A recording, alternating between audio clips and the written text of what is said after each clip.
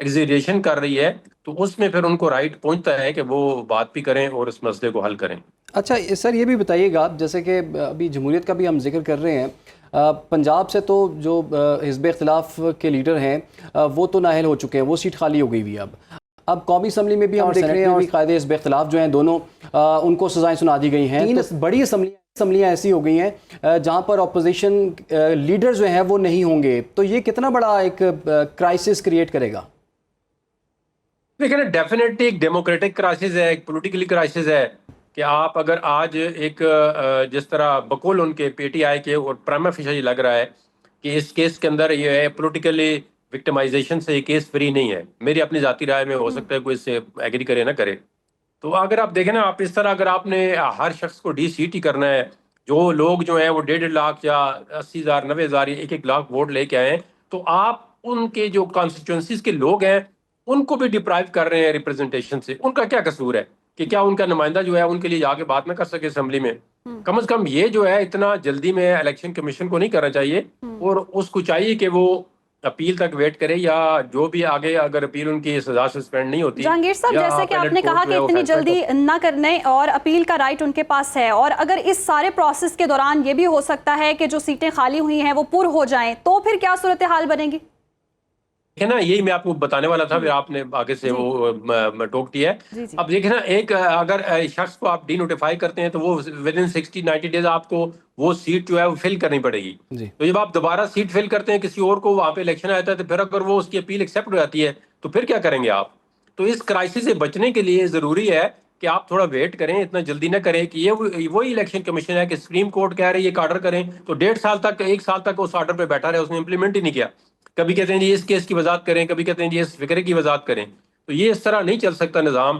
Advocate Jahangir Jadoon صاحب، آپ نے بڑے قانونی پہلوؤں پر روشنی بھی ڈالی ہے، اور کچھ سوالات تو کھڑے ہو ہی رہے ہیں، لیکن ساتھ ہی ساتھ ہم نے یہ بھی دیکھا ہے 2 سال سے زائد کا عرصہ اس واقعے کو بھی ہو گیا ہے، اور تسلی کے ساتھ، تشفی کے ساتھ جو ہے وہ یہ کیسز چلے ہیں. اور آگے بھی یہ کیسز ایسے ہی لگ رہے ہیں کہ عدالتوں میں جائیں گے اور پھر ٹائم لگے گا، ٹائم گین ہوگا. دیکھیں ابھی اپیلیں لگنی ہیں، اس کے بعد پھر اپیلوں پہ فیصلہ آنا ہے. پھر آپ کو تو پتہ پاکستان ہے، پاکستان میں تو ایک سیٹ پر 5 سال، اور کئی سیٹیں ایسی بھی ہیں جن پہ 8 سال کا سٹے بھی ہوا ہے. بہرحال یہ دیکھنا ہوگا کہ آنے والے وقتوں میں کیا قانونی آپشنز پاکستان تحریک انصاف کے پاس ہوتے ہیں. فی الحال تو کافی مشکلات کا شکار ہے. آگے بڑھتے ہیں جی، ایک اہم خبر پہ ہم نے بات کرنی ہے، اور وہ یہ ہے کہ پاکستان اور امریکہ کے درمیان ایک اہم تجارتی معاہدہ بالآخر طے پا گیا ہے، جسے دونوں ممالک کے تعلقات میں ایک مثبت پیش رفت قرار دیا جا رہا ہے.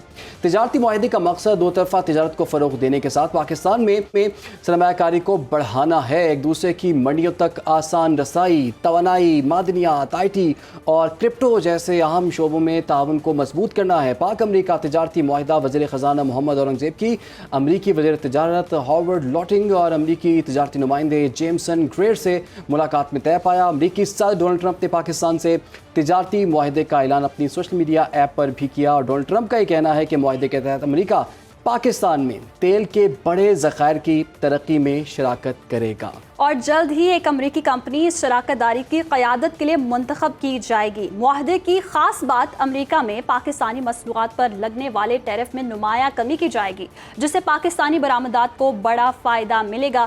امریکی سرمایہ کار پاکستان کے ترقیاتی منصوبوں میں بھی سرمایہ کاری کریں گے. دونوں طرف امریکی صدر ڈونلڈ ٹرمپ نے امریکہ بھارت کشیدگی کا بھی کھل کر اعتراف کیا.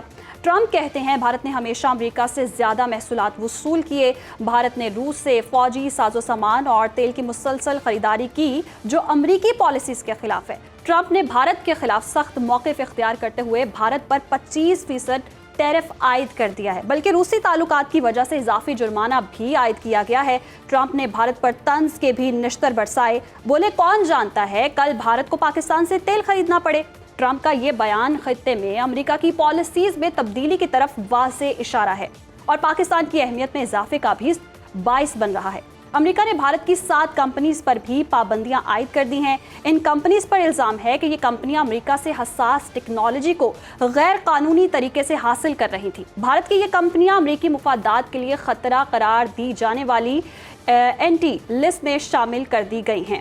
جس سے ان بھارتی کمپنیز کی عالمی تجارتی سرگرمیوں پر بھی منفی اثرات پڑ رہے ہیں اور پاکستان کے امریکہ سے تجارتی معاہدے کی بدولت جنوبی ایشیا میں نئی تجارتی اور سفارتی صف بندی کے ساتھ پاکستان کے لیے مواقع بھی بڑھ رہے ہیں. اور ہمیں نظر آ رہا ہے کہ بھارت اس وقت کافی دباؤ کا شکار ہے جی، اور امریکی صدر ڈونلڈ ٹرمپ نے اس تمام تر صورتحال پر کیا کہا پہ تو جی ایک اور ڈیولپمنٹ یہی ہوئی ہے کہ پاکستان کے ساتھ تو مہم ڈیل ہوئی ہے، لیکن بھارت پہ ٹیرف جو ہے 25% ٹیرف لگا دیا گیا ہے، اور وہ ٹیرف ہے جو کہ بھارت ایکسپیکٹ بھی نہیں کر رہا تھا. آپ کو پتہ ہے کہ بھارت کا اور امریکہ کا بڑا ٹریڈ ریلیشن ہے، اکنامک طور پر بھارت کو بڑا اس کا نقصان بھی ہوگا، اور اس کی وجہ جو کہ ہے وہ ہم سب کو پتہ ہے کہ بھارت نے جو ہے وہ روس سے چیزیں خریدنا شروع کر دیں، اور آپ کو پتہ ہے کہ روس یوکرین جب جنگ چل رہی تھی اس وقت پابندیاں عائد کر دی گئی تھیں کہ روس سے کسی قسم کی کوئی ٹریڈ نہ رکھی جائے، اور امریکہ بھارت کو اپنا اتحادی سمجھتا تھا، لیکن یہاں پر بھارت نے جو ہے امریکہ کو دھوکہ دیا اور روس کے ساتھ انہوں نے اور یہاں پر یہ بھی بات سامنے آ چکی ہے کہ جی بھارت پاکستان کو تنہا کرنا چاہ رہا تھا ہر لحاظ سے.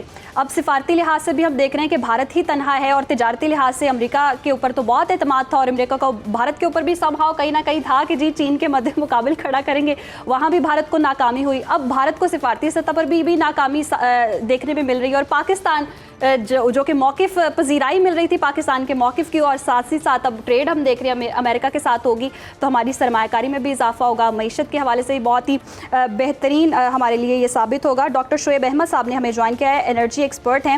ڈاکٹر شعیب صاحب، جس طرح سے یہ معاہدے طے پا رہے ہیں پاکستان اور امریکہ کے درمیان ایک بڑا تجارتی معاہدہ جو ہے وہ طے ہونے جا رہا ہے، اس سے پاکستان کو کتنا فائدہ حاصل ہوگا؟ جی بسم اللہ الرحمن الرحیم، بہت شکریہ. میں جب آج بغیر کسی سیاق و سباق کے ڈائریکٹ آپ کا میں کوشچن کا آنسر دوں گا، وہ یہ ہے کہ مجھے ابھی تک میں نے جیسے مجھے اطلاع ملی کہ میں نے پروگرام میں آنا ہے تو میں اس وقت سے تلاش کرنے کی کوشش کر رہا تھا کہ یہ معاہدہ کس کس کے درمیان ہو رہا ہے، ہماری طرف سے کس نے ریپرزینٹ کیا ہے، کون کون سے میجر ایشوز ہیں.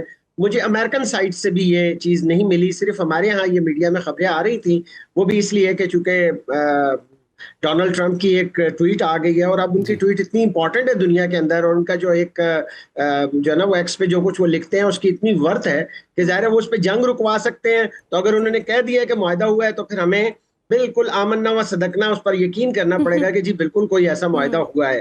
کہاں ہوا ہے، کیسے ہوا ہے، کیا کیا اس کے جزیات تھے، اس کے بارے میں ابھی تک ہم لا علم ہیں. آپ کے پاس ہوا تو ضرور شیئر کیجیے گا. اچھا، اب میں یہ ہو گیا ایک پہلو. دوسری بات یہ ہے جناب کہ دیکھیے، ایک نا میں فارن ریلیشنز اتنا زمانہ پڑھاتا رہا ہوں، ایک بنیادی چیز جو بڑی امپورٹنٹ ہے اس معاملے میں سمجھنے والی، ہم بڑے خوش ہو رہے ہیں، میں مختلف چینلز پہ بھی دیکھ رہا تھا، بڑے بڑے ماہرین آ رہے ہیں اور وہ زمین آسمان کے کلابے ملا رہے ہیں کہ پتہ نہیں امریکہ نے ہمارے لیے کیا کر دیا. میں آپ کو دو باتیں ایسی بتاؤں گا جو آپ نے کہیں نہیں سنی ہوں گی، اور انشاءاللہ العزیز یہ انتہائی ذمہ دارانہ طور پر بتاؤں گا. دیکھیے ہوا کیا ہے، کوئی بھی دنیا کا ملک ہے نا، چاہے وہ امریکہ ہے یا کوئی بھی ملک ہے، وہ اپنے نیشنل انٹرسٹ میں جا کے کام کرتا ہے. فارن ریلیشن کا جو بنیادی نقطہ ہے وہ یہ ہے کہ کبھی بھی کوئی کسی کا نہ تو مستقل دوست ہوتا ہے نہ دشمن، وہ اپنی چیزیں دیکھتا ہے. ڈونلڈ ٹرمپ صاحب نے آتے ہی کچھ ایسے معاملات اٹھا دیے، کچھ ایسے کام کیے، اور جو انہوں نے سب سے بڑا ظلم کیا ہے پاکستانی اسٹوڈنٹس کے ساتھ، ورلڈ وائڈ کے اسٹوڈنٹس کے ساتھ. آپ کو پتہ ہے انہوں نے اپنا ڈپارٹمنٹ آف ایجوکیشن ختم کر دیا. ہمارے بچے جو وہاں پہ مختلف ڈگری پروگرامز میں تھے، جو کہ آپ کو پتہ ہے بیسٹ برین یو ایس تک کوئی ایوریج بچہ نہیں پہنچتا، جو یہاں 6-7 سٹیپ کراس کر کے وہاں پہنچتا ہے، انہوں نے ان کو بیار و مددگار کر دیا. وہ بیچارے روتے پیٹتے واپس پاکستان آ گئے. اب بہادر جو ہیں، یہ ان کی پالیسی کیا انہوں نے پلان کی ہے؟ پلان انہوں نے یہ کیا ہے کہ جناب وہ جو ایسٹ انڈیا کمپنی کا طریقہ کار تھا نا کہ نیچے عوام کو خوب دبا کے لگان کے نام کے اوپر مار پیٹ کرو اور نمبردار سے دوستی کر لو. انہوں نے کہا جی ملکی سطح پر ہم ایک معاہدہ کرنے جا رہے ہیں. فوراً چونکہ میڈیا کا بھی رخ ادھر ہو جائے گا، اور عام عوام تو بیچاری، مطلب میں اب اس کے لیے کیا ورڈ یوز کروں، وہ مناسب نہیں ہے، غیر مناسب سا لفظ ہے، لیکن وہ تو اس کی قسمت میں وہی کچھ ہے. تو یہ جو کچھ وہ مصروف کر رہے ہیں، یہ جو انہوں نے کیا ہے، یہ اپنے نیشنل انٹرسٹ میں کیا ہے. ہاں ٹھیک ہے ڈاکٹر صاحب، وہ تو آپ کی بات ٹھیک ہے. انٹرنیشنل پالیٹکس کا جو آپ نے ذکر کیا کہ کسی دوسرے ملک کا دوست یا دشمن نہیں ہوتا بلکہ اپنے مفادات ہوتے ہیں، یہ بات تو ٹھیک ہے. انہوں نے اپنے مفاد میں یہ اگر ڈیل کر رہے ہیں پاکستان سے، تو پاکستان کو بھی تو اس کا فائدہ ہے نا. دیکھیں، اگر پاکستان کو یہ پہلی دفعہ ہم دیکھ رہے ہیں کہ پہلے تو یہ ہوتا تھا کہ پاکستان کا امریکہ کے ساتھ ملٹری ریلیشن شپ جو تھا بڑا اسٹرانگ تھا، افغان جنگ میں بھی ہم نے دیکھ لیا، لیکن اب اکنامک طور پر ایک ریلیشن ڈیولپ ہو رہا ہے. یہ پاکستان میں اقتصادی طور پر کتنا امپورٹنٹ ہے، اور بھارت کے ساتھ جو ٹیرف ہے امریکہ کا، بھارت کو کتنا نقصان ہے، اور یہ اپرچونٹی پاکستان کے لیے کتنی اچھی ہے؟ دیکھیے میں گزارش کروں، میں یہی بات آپ کو بتانے کی کوشش کر رہا تھا کہ یہ وہ جو کچھ کر رہے ہیں، اگر وہ اس معاہدے کے جزیات، اس کی جو سب ہیڈنگز، اس کی ڈیٹیلز شیئر کرتے نا، تو پھر تو ہمیں سمجھ آتی کہ ہاں جی یہ معاہدہ یہ ہے اور اس میں یہ ہے. اب ہمارے یہاں سے تو بہت سارے لوگ اب کلیم کرنا شروع کر دیں گے کہ جی اس میں بھی شامل تھا، اس میں بھی شامل تھا، جب تک ڈیٹیلز نہیں آتی. ہاں، اب ہم اس سے کیا اپرچونٹی اویل کر سکتے ہیں؟ This is very important and relevant نا، جی کہ اگر انہوں نے یہ کہہ دیا ہے، اور یقیناً اگر انہوں نے کہا ہے تو ٹھیک ہی کہا ہوگا. وہ ایک زمانے میں پروگرام آتا تھا، وہ کہتا تھا جی کون کہندا ہے، وہ کہندے جی اخبار کہندا ہے، کہندے جی جد اخبار کہندا ہے تو ٹھیک ہی ہو سی. تو اب اگر ڈونلڈ ٹرمپ کہہ رہے ہیں تو ٹھیک ہی ہو سی. اب سوال یہ ہے کہ ہم کیا کریں. دیکھیے میں آپ کو پلیز میری بات ذرا غور سے سنیے گا اور اس قوم کو بتائیے، ہم وہ معیشت کا مریض ہیں جو کہ اپنے لنگز سے سانس نہیں لے سکتا. اس کو آرٹیفیشل لنگز کے اوپر آرٹیفیشل بریدنگ کی ضرورت پڑتی ہے، کبھی وہ آئی ایم ایف کے بیل آؤٹ پیکج کی صورت میں، کبھی جناب وہ دوستوں کی طرف سے پیسوں کی صورت میں، اور کبھی وہ بلیک مارکیٹ کو جو ہے نا مینوپولیٹ کر کے. ہم ابھی تک اپنے جو ایک ہمارا انٹرنل اسٹرکچر ہے اکانومی کا، اس کو ڈیولپ کرنے میں کامیاب نہیں ہوئے. اگر ڈونلڈ ٹرمپ کی اس کوشش سے ہم اگر بھرپور طریقے سے کوئی فائدہ اٹھا سکتے ہیں تو سب سے پہلا کام ہم اپنے ہاؤس کو ان آرڈر کریں. میں ابھی یہاں پہ بڑے بڑے ماہرین بیٹھے ہوتے ہیں نا، تو پھر اس میں ہمارے جیسے جو مطلب کم علم لوگ ہیں ان کی تو حیثیت ہی کوئی نہیں ہوتی نا بات کی. ابھی باتیں ہو رہی جناب ریکارڈ ایکٹ کی باتیں ہو رہی، جی بلوچستان گورنمنٹ کا حصہ یہ وہ.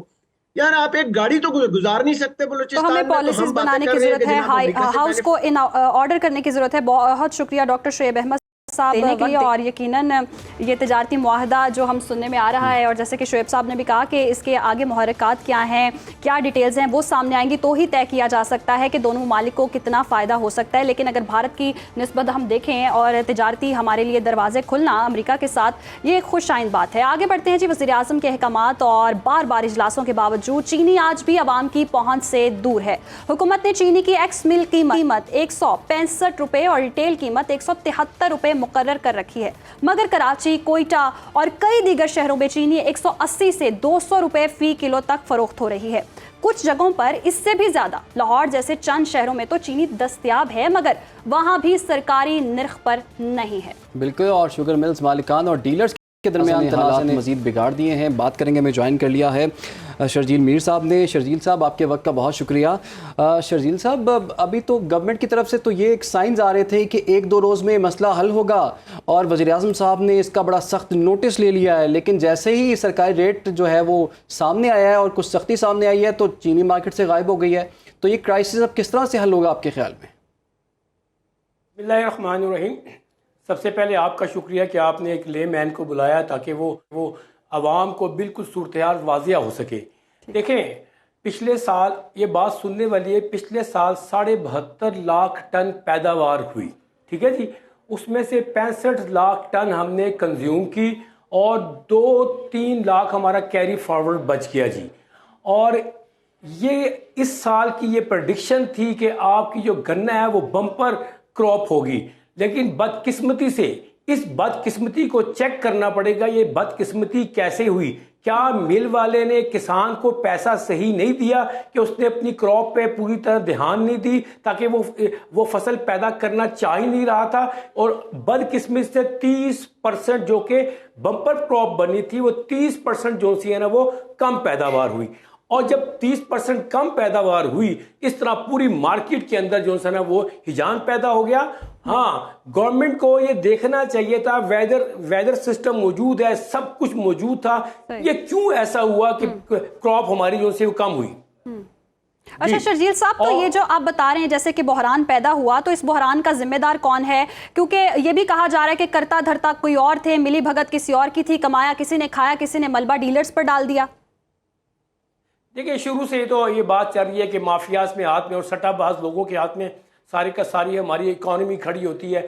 جتنے بھی مل مالکان ہیں آپ کو پتہ ہے کہ یہ جب اپنی ان کو پیسوں کی ضرورت ہوتی ہے تو ایک سٹا باز مارکیٹ میں آتا ہے، وہ مارکیٹ میں آ کے ایک ان سے خرید لیتا ہے پورے کا پورا شوگر کا ٹائکون مافیا جو ہوتا ہے وہ خرید لیتا ہے، سارا اسٹاکس بن جاتا ہے اور سرٹن ٹائم کے لیے وہ اپنے پاس رکھ لیتا ہے. بس وہاں سے ہمارے ملک میں خرابی شروع ہوتی ہے کیونکہ چیک اینڈ بیلنس کا نظام ہی نہیں ہے. وہ اسٹاکس بھی اپنے اب تو وہ ہر ماہ میں آپ نے چینی خرید لی،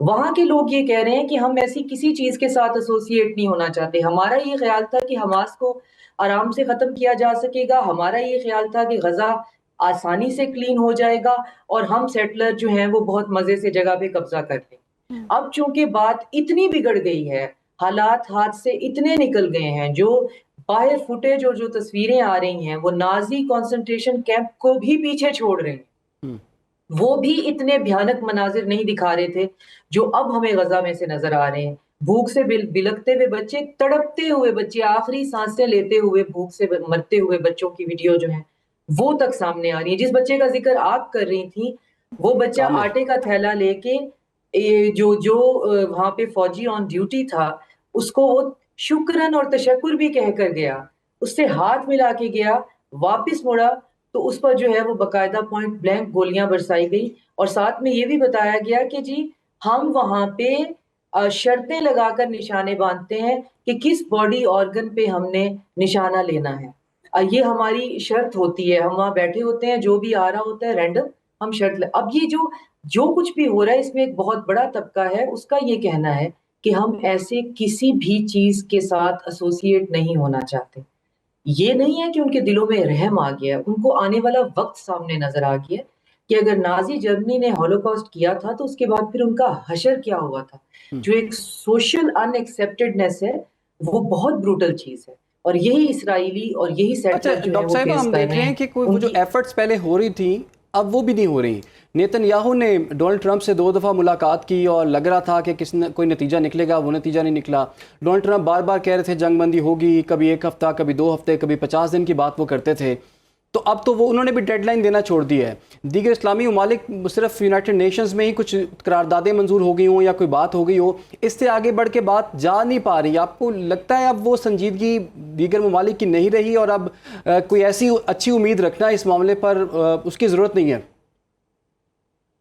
اقوام متحدہ جو ہے اس کے جو لوگ استعفے دے رہے ہیں اس بنیاد پہ, غزہ کے کرائسس کو دیکھ کر بتا رہے ہیں کہ ہم پہ بہت پریشر ہے, ہم سروائیو نہیں کر سکتے ہیں. آپ نے فرانچیسکا البنیزے کی رپورٹ جو ہے اکانومی آف جینوسائڈ جو ہے وہ پڑھی ہوگی, جس میں وہ بتا رہی ہیں کہ اس جینوسائڈ کے پیچھے پوری اکانومی کیسے چل رہی ہے, اور انہوں نے ان کمپنیز کے, ان فرمز کے نام بتائے ہیں کہ پوری کی پورا سسٹم کیا ہے. ڈونلڈ ٹرمپ مڈل ایسٹ کی سیاست کو نہ سمجھتے ہیں, نہ ان کو پتہ ہے. ان سے اگر آپ یہ پوچھ لیں کہ الفتح اور حماس میں کیا فرق ہے, ان کو یہ نہیں پتا ہوگا. اور اس کے ساتھ ہی پروگرام کا وقت بھی ختم ہو جاتا ہے. ہمیں دیجیے اجازت, اللہ حافظ.